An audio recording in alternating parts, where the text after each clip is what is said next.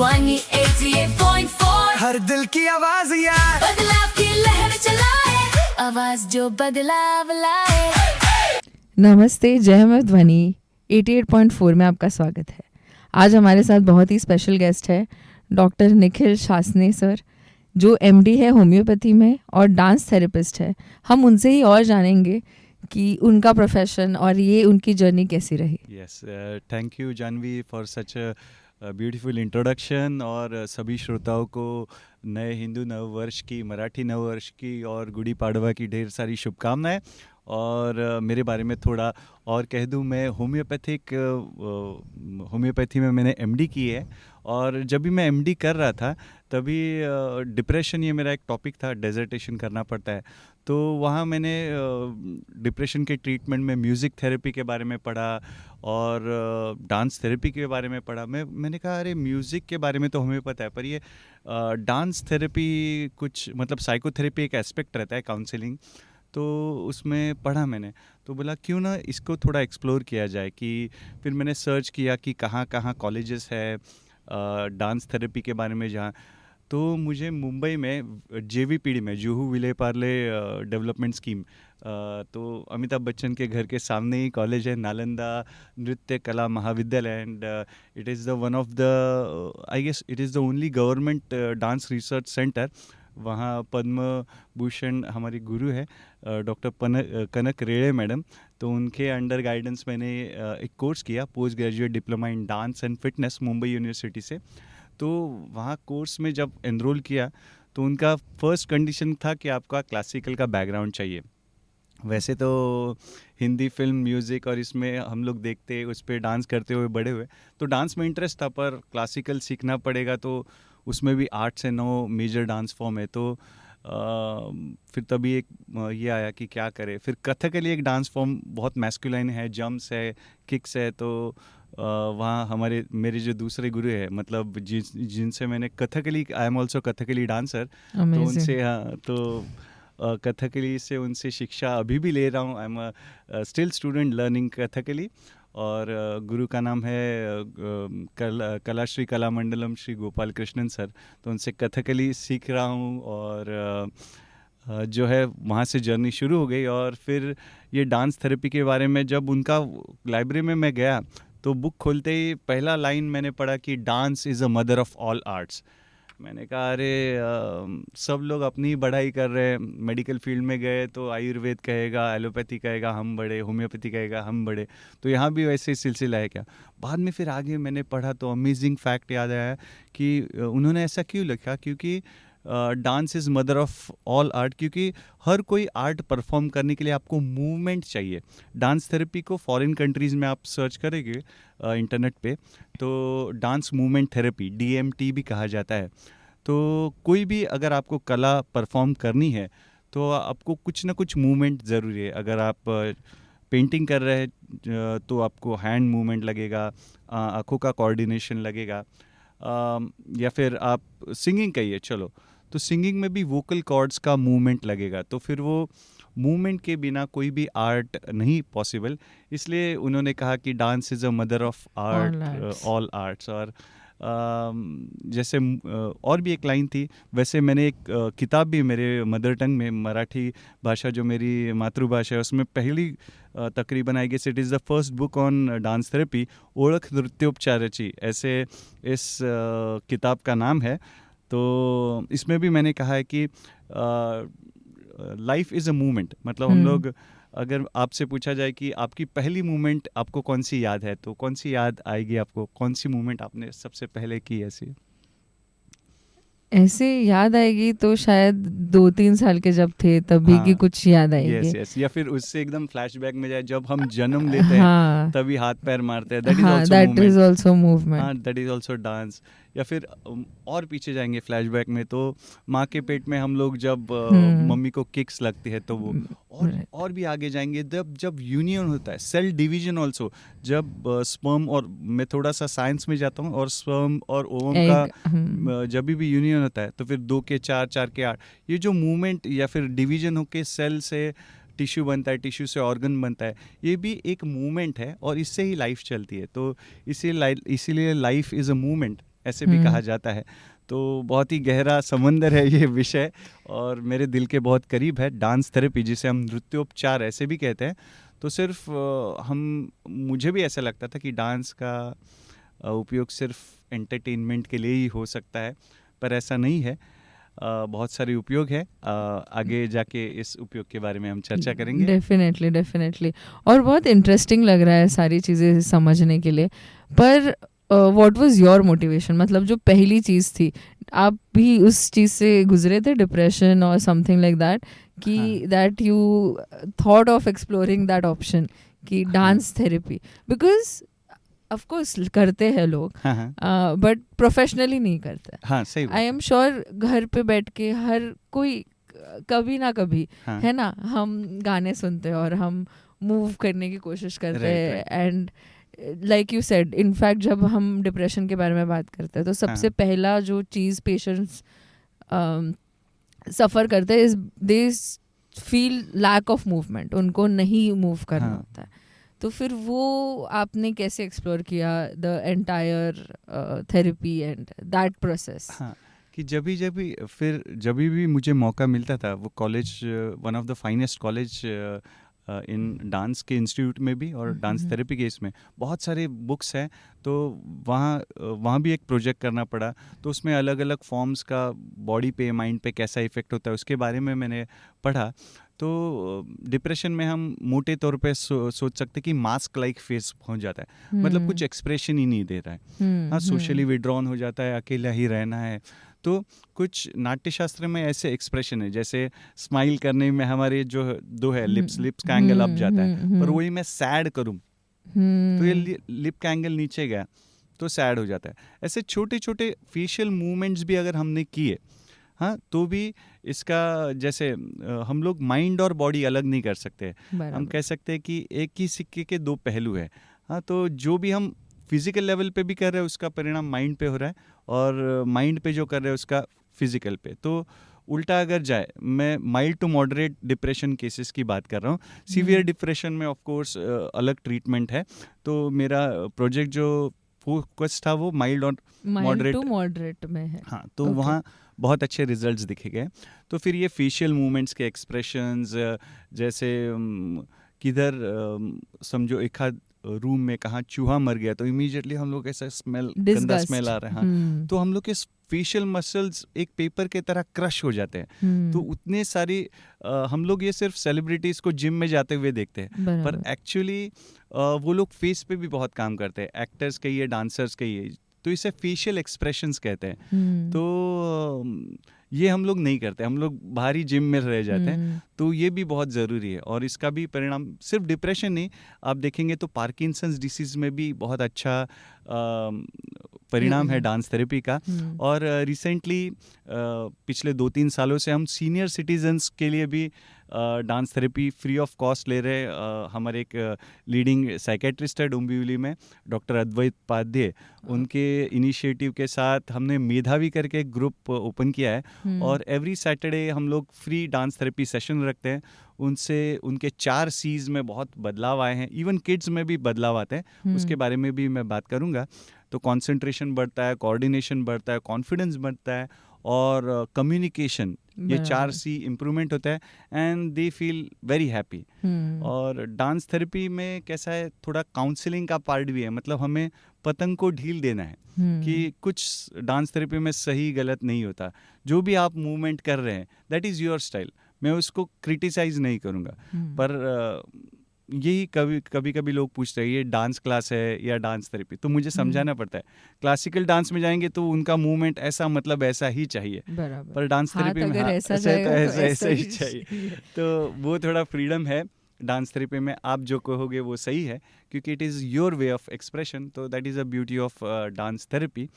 तो एक मज़ा आता है, और हर एक लोगों से हमारे आसपास हम लोग अलग अलग मूवमेंट सीखते हैं। जैसे भरत ऋषि जिन्होंने नाट्यशास्त्र लिखा, उन्होंने पूरे एक एक पार्ट के मूवमेंट लिखे, जैसे नाक के भी कुछ मूवमेंट है, कान के भी मूवमेंट है, इतने फाइनर तक उन्होंने और उनके डिसेपल्स ने विद्यार्थियों ने नोट डाउन किया। और लास्ट लाइन बहुत बेहतरीन लिखी उन्होंने कि मोर कैन बी एडेड। हमने इतना देखा है, ऑब्जर्व किया है, अगर आपको कुछ नया लगे तो आप ऐड कर सकते हैं। मतलब इतना ओपन हार्टेडनेस था उनके पास, और किताब में उन्होंने लिखा है। तो इट्स अबाउट एक्सप्लोरिंग। बहुत फायदे हैं। It is not about rigidity but the fluidity of dance. Yes, बहुत ही प्यारे तरीके से आपने बताया। लिक्विडिटी, वेरी राइट, लाइक अ वाटर। यस। होम्योपैथी के बारे में बात करते हैं थोड़ा। हाँ। आपने एमडी किया है होम्योपैथी में। हाँ। सो वो जर्नी कैसा था? एंड होम्योपैथी बिकॉज ऑफ आपका like the curiosity in science, इस वजह से homeopathy and the medical field, वो कैसे हुआ? Because people choose for allopathy और आयुर्वेदिक, तो होम्योपैथी कैसे? एक्चुअली 12th के बाद 11th-12th में हम लोग को पता चल जाता है कि मैथ्स इतना अच्छा नहीं है, तो दूसरा ऑप्शन साइंस रहता है। और साइंस, वैसे बायोलॉजी मेरा अच्छा था, तो मैंने बोला था कि यार मैथ्स के फंदे में नहीं पढ़ने वाला, लाइफ में सिंपल चाहिए। तो मेडिकल ज़्यादा मेहनत नहीं करनी पड़ेगी क्योंकि इंटरेस्टिंग सब्जेक्ट था। तो और होम्योपैथी में पुणे में विद्येचं माहेरघर आपण ज्याला म्हणतो, पुणे में पढ़ाई हुई। तो 6 साल you are out of the home, so बहुत सारी चीज़ें, चैलेंजेस रहते हैं, बहुत सारी सीखने मिलता है। तो वहाँ ये डांस का जो हुनर था वो बाहर निकला। हाँ, सो मेरी माँ कहती है ये बच्चा जहाँ भी जाता है, हाँ, मराठी में कहते हैं जिथे पण जातो दिवे लावून येतो। हाँ, मीन्स जिधर भी जाते हैं दिए लगाता है। तो ऐसा दिया लग गया कि डांस में इंटरेस्ट बढ़ता गया, और कॉलेज का माहौल एक अलग रहता है, तो उसमें परफॉर्म करना। और फिर होम्योपैथी की भी जर्नी शुरू हो गई, और डांस की भी जर्नी साथ साथ शुरू हो गई। Amazing, amazing. अगर आपको कुछ टिप्स देने हैं बच्चों को कि आप घर बैठे कुछ डांस थेरेपी कर सकते हो, तो क्या टिप्स होंगे और कैसे पेरेंट्स और बच्चे साथ मिलकर ये चीज़ कर सकते हैं? बहुत बढ़िया सवाल है। तो मेरे फेवरेट एक्टर है राज कपूर। हाँ, तो उनका एक बहुत ही प्यारा सा गीत है, जैसे हम लोग को नर्सरी में सिखाते हैं ABCD, वैसे डांस थेरेपी की शुरुआत हम ये गीत से कर सकते हैं। हाँ, मेरा जूता है जापानी, पतलून इंग्लिशतानी।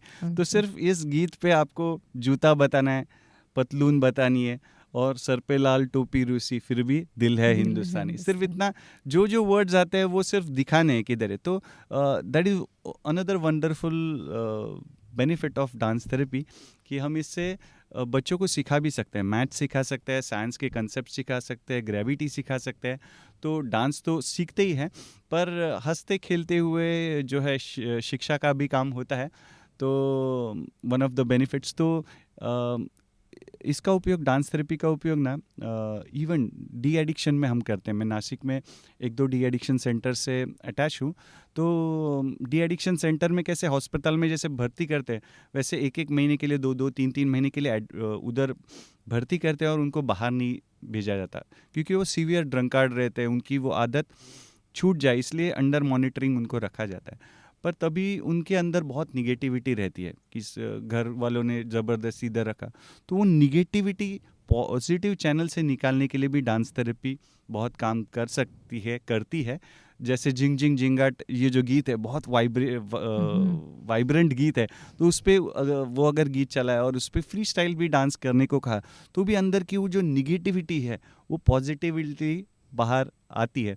तो ऐसे ही अलग अलग राग रहते हैं, अलग अलग बीट्स रहते हैं, अगर उसका इस्तेमाल हम करें तो हमारे अंदर की जो गुस्सा है, डर है, या अलग अलग जो इमोशनल शेड है, वो भी बाहर निकलने में बहुत मदद होती है। इवन स्ट्रेस मैनेजमेंट में, एंगर मैनेजमेंट के लिए स्कूलों में के लिए भी इसके वर्कशॉप्स लिए, डांस थेरेपी के वर्कशॉप कॉरपोरेट्स में, या फिर पुलिस RPF के लिए भी लिए हैं।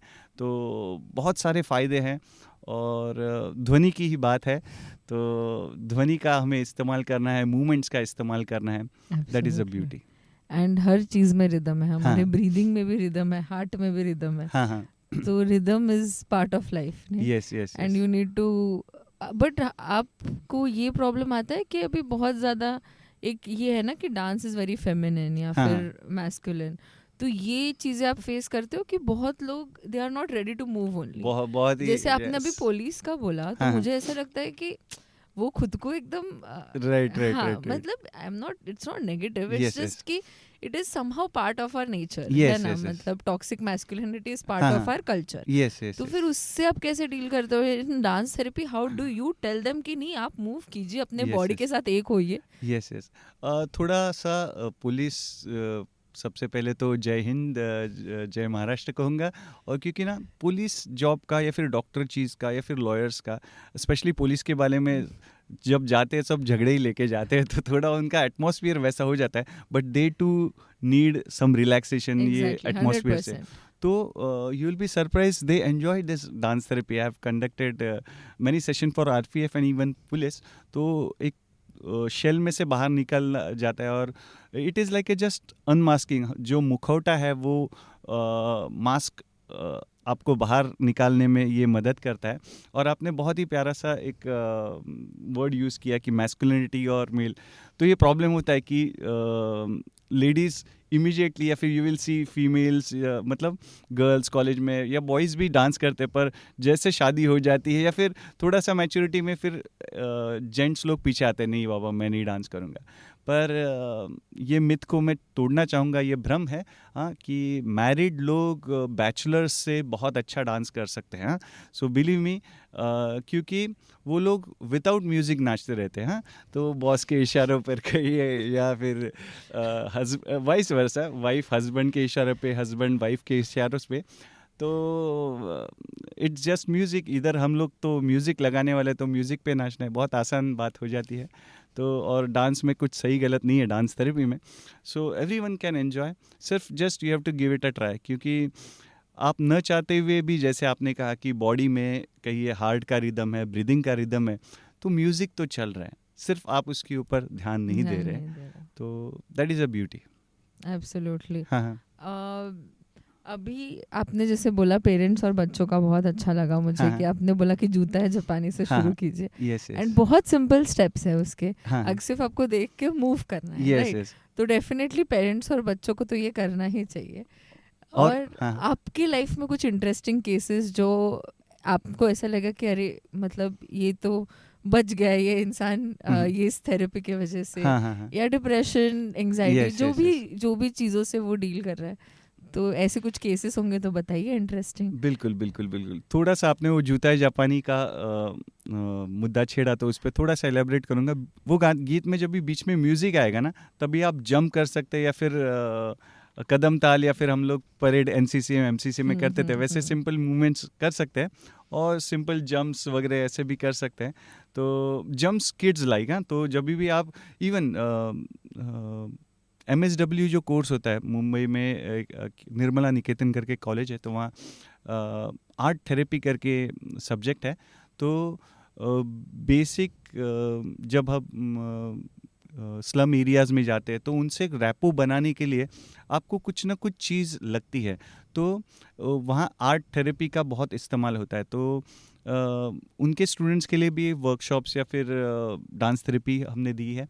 तो फिर कमिंग बैक, तो वहाँ किड्स में ये जो जंपिंग वाला एलिमेंट अगर आप ऐड कर दोगे एज ए एक्सपेरिमेंट भी, they will enjoy it a lot. So आप हमें कुछ ऐसे केसेस के बारे में बताइए, या फिर ऐसे कोई ग्रुप्स जो आप ले रहे थे हाँ हाँ. जिनमें डेवलपमेंट हुआ है इस थेरेपी थ्रू. यस. तो चेंबूर में एक हैंडीकैप इंस्टीट्यूट है, तो उनके लिए हमने काफ़ी समय पर मैंने डांस थेरेपी सेशन लिए. तो वहाँ अलग अलग जो है हैंडीकैप, नेशनल हैंडीकैप इंस्टीट्यूट, तो वहाँ सेरेब्रल पाल्सी के या हैंडीकैप स्टूडेंट्स वगैरह भी थे. एंड जैसे मैंने कहा कि म्यूज़िक जो है ये बच्चों से, it is what you can say shortest way to connect. तो संगीत या फिर डांस हम इंट्रोड्यूस करते हैं, तो उनमें बदलाव आने लगते हैं. तो restricted movement, range of movement कहते हैं मेडिकल इसमें, तो उनकी जो जॉइंट की मूवमेंट है उसमें भी काफ़ी फ़र्क देखा गया. कंसंट्रेशन, पढ़ाई में भी कंसंट्रेशन अच्छा आया. जैसे मैंने सिजोफ्रेनिक ग्रुप की, सपोर्ट ग्रुप की भी बात की, तो उनमें भी काफ़ी बदलाव नज़र में आए. और मोटे तौर पर देखोगे तो सब आपको सेम लगेगा, पर एम्स और ऑब्जेक्टिव बदल जाते हैं। जैसे हैंडीकैप इंस्टीट्यूट में हमें कंसंट्रेशन, कोऑर्डिनेशन और मूवमेंट पे ज़्यादा फोकस करना था। सिजोफ्रेनिक सपोर्ट ग्रुप में या फिर ऑर्फनेज के लिए भी हमने लिया, तो वहाँ उनका सेल्फ एस्टीम जो है, आत्मसम्मान बढ़ाना, ये उनका मेन ऑब्जेक्टिव था। तो उस हिसाब से डांस थेरेपी को हमारा जो प्रयोग है उस हिसाब से ढालना पड़ता है और एड्रेस करना पड़ता है। तो जैसे सीनियर सिटीज़न में भी थोड़ा सेल्फ एस्टीम बढ़ाना और जो है मूवमेंट बढ़ाना और पॉजिटिविटी एक्सप्रेशंस को ज़्यादा फ्लो देना, तो ऐसे पॉइंटेड कुछ गोल्स रहते हैं। उस हिसाब से हमारी जो थेरेपी है वो प्लान करते हैं। और अकेला ही हर बार नहीं होता मैं, तो काउंसलर्स रहते हैं, कोऑर्डिनेटर्स रहते हैं, तो पूरी टीम रहती है। तो in case of difficulty as I said psychiatrist भी रहते हैं। So when you are handling a sensitive group we need a full backup. और हेल्दी पीपल्स के लिए जो है स्ट्रेस मैनेजमेंट के लिए एंगर मैनेजमेंट या फिर यूजुअल थोड़ा एंटरटेनमेंट या फिर आइस ब्रेकिंग कुछ एक्टिविटी करनी है, तभी भी हम इसका प्रयोग कर सकते हैं। And everyone loves it. Amazing amazing. So मुझे आपके दूसरे बुक के बारे में आपसे बात करनी है, say yes to homeopathy and no to depression. Yes. तो इस बुक के बारे में हमें बताइए कि अभी हमने डांस थेरेपी के बारे में बात कर ली, अभी हम थोड़ा होम्योपैथी के बारे में बात करेंगे। और ये हमें डिप्रेशन या फिर एंग्जाइटी, इन सारी चीज़ों से कैसे हम हमारे बच्चों को, या एज अ पेरेंट, खुद पेरेंट्स भी आई फील नाउअडेज स्ट्रेस का माहौल है, तो कैसे वो चीज़ मेंटेन कर सकते हैं mentally and physically, because I feel mentally अगर आप फिट हो तो कहीं ना कहीं आप फिजिकली पुल ऑफ कर सकते हैं। राइट। बहुत ही अच्छा सवाल है। डिप्रेशन के बारे में अगर कहूँ तो जब भी मैं ये प्रोजेक्ट किया तो ऐसा कहा जा रहा था कि ग्लोबल सर्वे में कि 2020 तक ये second major disability causing disease होने वाला है। तो इतना ये आएगा अबाउट द डिप्रेशन।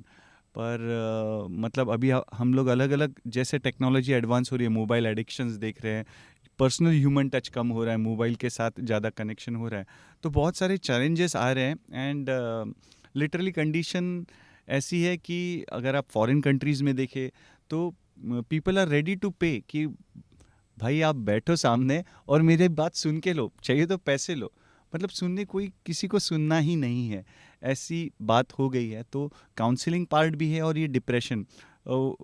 होम्योपैथी का मतलब अगर बताऊं, होम्यो एंड पैथोज ऐसे दो वर्ड्स है, सिमिलर सफरिंग ऐसे है। तो उसका अगर मूल तत्व की बात करें तो लोहा लोहे को काटता है, या फिर काट्याने काटा काढणे असं आपण म्हणतो। एंड विष विषस्य औषधम, मतलब जो चीज़ आपको वो सिम्टम्स प्रोड्यूस कर रही है। फॉर एन एग्जांपल, अगर हमने प्याज को काटा तो हमारे नाक से पानी आएगा, आंखों से पानी आएगा। तो प्याज से बनाई हुई एक दवाई है, एलियम सेपा ऐसा उसका नाम है। तो वो अगर किसी को ऐसे बहती सर्दी हुई, आंख से पानी आ रहा है, अगर वो दवाई दी तो उस मरीज़ का वो जो सर्दी खांसी वो जो है वो ठीक हो जाएगी। तो बेसिकली ये प्रिंसिपल पे काम करता है। और न कि सिर्फ सर्दी खांसी पे, पर बड़े बड़े बीमारियों में भी होम्योपैथी बहुत अच्छी काम करती है। तो स्पेशली मेरा ध्यान ज़्यादा फोकस मेंटल डिसीजेस या फिर साइकोलॉजिकल केसेस में है, तो इस हिसाब से मैं ये दोनों का प्रयोग करता हूँ। होम्योपैथी और डांस थेरेपी दोनों साथ साथ जाती है ऐसे। जब हम डिप्रेशन के बारे में बात कर रहे हैं, बच्चों के डिप्रेशन के बारे में या पेरेंट्स के डिप्रेशन, जो भी एक मेंटल हेल्थ के बारे में बात कर रहे हैं, तो उसको डील करने के लिए जो एक काउंसलिंग है, उससे हम कैसे मतलब उस काउंसलिंग तक पहुंच सकते हैं? बहुत ही अच्छा सवाल है। काउंसलिंग जिसे हम समुपदेशन ऐसे भी कहते हैं, तो ऐसा देखा जाता है कि बड़े बड़े बिजनेसमैन भी होते हैं, तो कोई डील क्रैक करनी है तो पहले वो अपने काउंसलर्स या फिर साइकोलॉजिस्ट से मिलते हैं और अपने मन में जो प्रेशर है वो डील के बारे में, कि जो संभावना होती है डील क्रैक होगी नहीं, तो वो सब बोल के दिखाते हैं। तो उनका प्रेशर, जैसे प्रेशर कुकर की सीटी बच जाती है तो वो दबाव कम हो जाता है। हम लोग देखते हैं इंडियन क्रिकेट टीम में या फिर बड़े बड़े स्पोर्ट्स में भी मेंटल कोच रहते हैं। तो काउंसलिंग प्रोसेस के बारे में थोड़ा मैं आपको बता दूं। काउंसलिंग यानी it is called mental ventilation. जैसे अगर किचन में धुआं हो तो हम लोग फ़ैन ऑन करते हैं, एग्जॉस्ट फैन ऑन करते हैं, तो वो धुआं चला जाता है। वैसे मन में जो अशांति है या मन में जो स्ट्रेस या तनाव है उसे बाहर निकालते हैं। तो इसे टॉक थेरेपी ऐसे भी कहते हैं, साइकोथेरेपी ऐसे भी कहते हैं। तो बोल के हमें वो बात जो है बतानी है। अलग अलग मूवीज़ में भी अगर आप देखें, 2 स्टेट्स देखें या फॉरेन वाली मूवीज़ देखें, तो काउच पे पेशेंट रिलैक्स करता है और उसके पीछे काउंसलर जो रहता है वो सुनता है। वो क्यों? क्योंकि उस पेशेंट को या पर्सन को लगना चाहिए कि इस रूम में मैं कोई नहीं है, सिर्फ मैं ही हूँ, तो मैं अकेले में बड़बड़ा रहा हूँ, पर एक्चुअली पीछे काउंसलर एक्टिवली वो बात सुन रहा है। तो आपकी एनर्जी, आपके थॉट्स कौन से टॉपिक पे फंसे हुए हैं, जैसे हमारी सीढ़ी अटक जाती है, कैसेट अटक जाती है, तो वैसे कौन से बात पे मैं बार बार बात कर रहा हूँ, बार बार, तो वहाँ मेरा प्रॉब्लम थोड़ा लाए हो रहा है। तो लगभग मोटे तौर पे कहूँ तो अगर 1 घंटे का काउंसलिंग सेशन है तो 50 मिनट तक फ्री स्टाइल काउंसलिंग, मतलब पेशेंट को जो कहना है, आपके दिल में कौन सी भी बात है तो आप कह सकते हैं। ऐसे ही नहीं कि हेल्थ रिलेटेड ही बोलना है, कोई बात अच्छी नहीं लगी, अच्छी लगी, दोनों बता सकते हैं। पर लास्ट 10 मिनट रह जाते हैं, तो अगर मैं काउंसलर हूँ तो मैं आपको बताता हूँ कि लास्ट 10 मिनट्स रह गए। तो उससे क्या होता है कि कोई ज़ख्म है तो जब हम साफ़ करते तो बहुत अंदर तक गए होते हैं, तो डायरेक्टली बाहर नहीं आ सकते। तो वैसे ही मेंटल प्लेन पे हम लोग बहुत बात करते करते नीचे तक गए हैं, और अगर तुरंत मैंने कह दिया कि अभी सेशन हो गया, अभी आप बाहर जाओ, अगले पेशेंट की बारी, तो वो उतना हाई हेलो के वर्ल्ड में इमीडिएटली नहीं आ सकता। तो वो थोड़ा बफर टाइम रहता है। और इट इज़ लाइक आप कहेंगे कि 1 घंटे में 8-10 चीज़ें बताई मैंने, तो ये थेरेपी है। मतलब एक बार काम नहीं चलेगा, 2-3 बार आपको आना पड़ेगा। तो पेशेंट कोई भी, मैं भी अगर उस जगह पे हूँ, मैं बोलूँगा अगले टाइम जाके मेरे को यही बात करनी है, तो मैं क्यों फिर से आपको पैसे दूँ। तो ऐसा नहीं होता है कि जैसे पुराने ज़माने वो ऑडियो कैसेट थी या फिर वीडियो कैसेट, तो हमारा मन भी वैसा ही होता है। तो पहले सेशन में आपने 10 चीज़ें बताई, पर अगले सेशन में और आप 10 ही चीज़ें बताएंगे, पर उसमें से 2 चीज़ें आपको अभी इतने मायने नहीं रखेगी, इतनी इम्पोर्टेंट नहीं लगेंगी, तो और कुछ आप 2 नई चीज़ें बताओगे, तो फिर वो सीढ़ी और वो जो अनफोल्डिंग होता जाएगा, और धीरे धीरे आपके थ्रू ही वो सोल्यूशन बाहर आएगा कि I am just like your assisting you. जैसे हम एक नई नदी पार कर रहे हैं, तो हम साथ नाव में बैठे हुए हैं, वो किनारा आने पर आप अपने रास्ते में अपने रास्ते, तो तभी हम कितना फ्रीली कम्युनिकेट करेंगे। वैसा कम्युनिकेशन या संवाद काउंसलिंग प्रोसेस में होता है। और कई काउंसलिंग सेशन ऐसे होते हैं कि पेशेंट आते हैं 1-1 घंटा बैठते हैं और कुछ बात ही नहीं करते, पर पेमेंट देते हैं, मतलब पेमेंट के बारे में चिंता नहीं। पर ऐसा क्यों हो जाता है? 1 सेशन, 2 सेशन, 3 सेशन, क्योंकि हर एक, जैसे आपने बहुत ही अच्छा कलर का ब्लू कलर का ड्रेस डाला है, मेरा वाला अलग है, तो हर एक इंसान की शेड अलग अलग रहता है, नेचर भी अलग। हाँ, तो उतना बफर टाइम लगता है हर एक इंसान को। तो वो सिर्फ बैठेगा, बीच में आपकी तरफ देखेगा, स्माइल करेगा, चाय पिएगा, कॉफ़ी पिएगा, तो उतना ही करेगा, क्योंकि उसको हर एक जन अपने मन की बात डायरेक्ट टेबल पे नहीं रख सकता, कुछ लोगों को समय लगता है।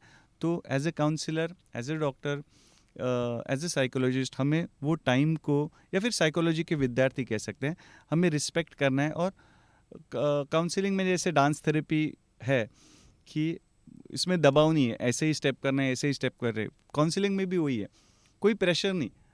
मेरे को क्यूरियोसिटी नहीं चाहिए कि आपके लाइफ में क्या चल रहा है, क्या चल रहा है, तो मुझे वो कुरेद के नहीं निकालना है। It should be a spontaneous, आपकी तरफ से आना चाहिए। जब आपको सही लगेगा तभी आप वो शेयर करने वाले हो। तो दैट इज़ ऑल्सो सौंदर्य है काउंसलिंग, समुपदेशन का।